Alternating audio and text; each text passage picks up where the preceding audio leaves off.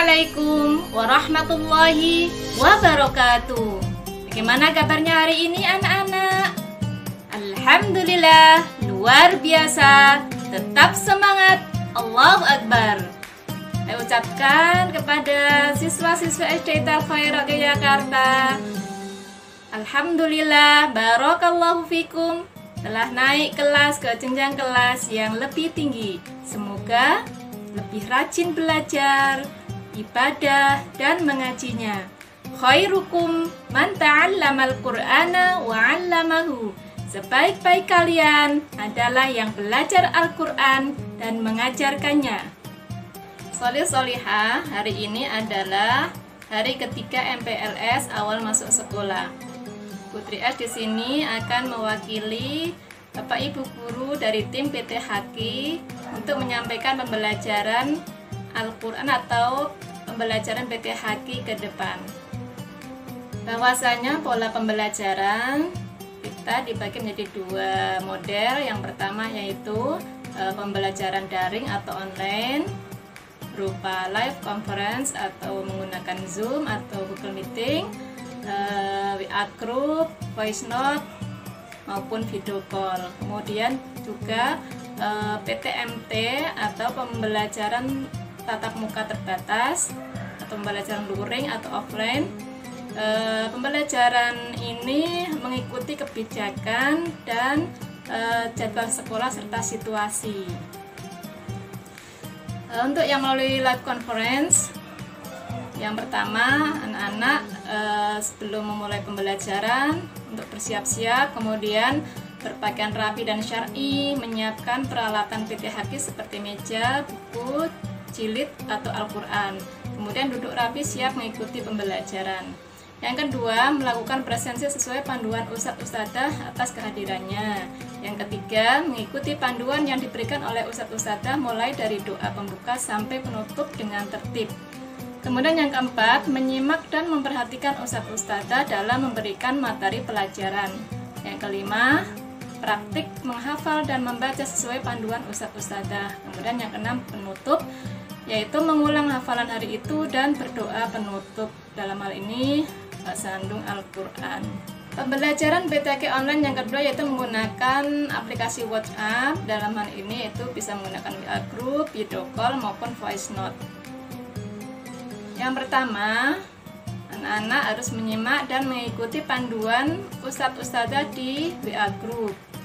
Kemudian, sebelum menyetorkan hafalan dan bacaan, siswa belajar membaca dan menghafal mengikuti materi yang disampaikan Ustadz Ustadzah terlebih dahulu. Urut-urutannya adalah berdoa pembuka, kemudian mengulang atau murojaah hafalan sebelumnya, mengulang secara acak halaman-halaman sebelumnya, menghafal hafalan hari itu, belajar membaca halaman hari itu, kemudian baru menyetorkan hafalan dan bacaan hari itu sesuai capaian masing-masing melalui voice note atau video call. Selanjutnya akan dinilai oleh Ustadz Ustadzah, kemudian ditutup dengan doa penutup. Untuk penjelasan lebih lanjut bisa melalui WA grup kelompok PTK masing-masing ya. Untuk penilaian tartil dan tahfidz ada beberapa penilaian ya, diantaranya mutabaah harian. Jadi anak-anak setiap mengaji akan dimasukkan ke dalam mutabaah harian, ditulis, kemudian orang tua menandatangani di kolom orang tua. Untuk nilai selama pembelajaran online akan diberitahu nilainya oleh Ustadz Ustadzah. Kemudian yang berikutnya adalah penilaian kenaikan jilid.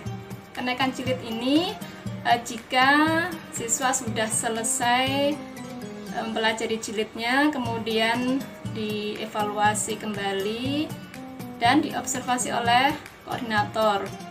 Setelah dirasa sudah lancar dan baik bacaannya, akan diajukan untuk ujian kenaikan jilid.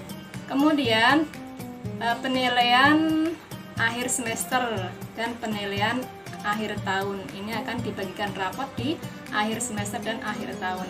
Yang berikutnya khusus kelas 6 mulai masuk kelas 6 akan dinilai setoran hafalannya mulai dari awal masuk kelas 6 ya. Jadi untuk siswa-siswa kelas 6 begitu naik kelas 6 dimohon untuk menyetorkan hafalannya kepada ustadz-ustadzah yang akan dijadikan nilainya untuk nilai sertifikat.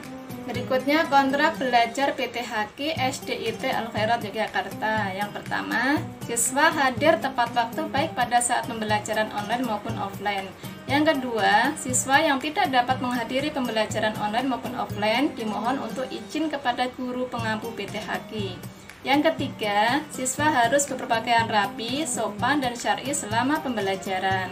Yang keempat, siswa harus bersikap sopan dan santun selama pembelajaran berlangsung. Yang kelima, siswa harus konsentrasi ketika pembelajaran berlangsung.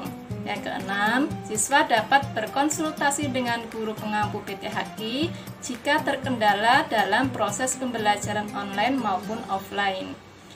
Yang ketujuh, penilaian tartil dan tahfidz terdiri dari fasohah, tartil, dan kelancaran. Yang kedelapan, berusaha menyetorkan hafalan dan bacaan atau tilawah tepat waktu. Yang kesembilan, siswa dapat menyampaikan usul terkait teknis pembelajaran kepada guru pengampu PTHQ. Kemudian yang ke-10, siswa diharapkan dapat mematuhi kontrak belajar tersebut. Demikianlah yang dapat saya sampaikan. Apabila ada hal-hal yang perlu anak-anak tanyakan, bisa anak-anak tanyakan di WA grup PTHQ ya. Bisa ditanyakan kepada ustadz-ustadzah pengampu PTHQ.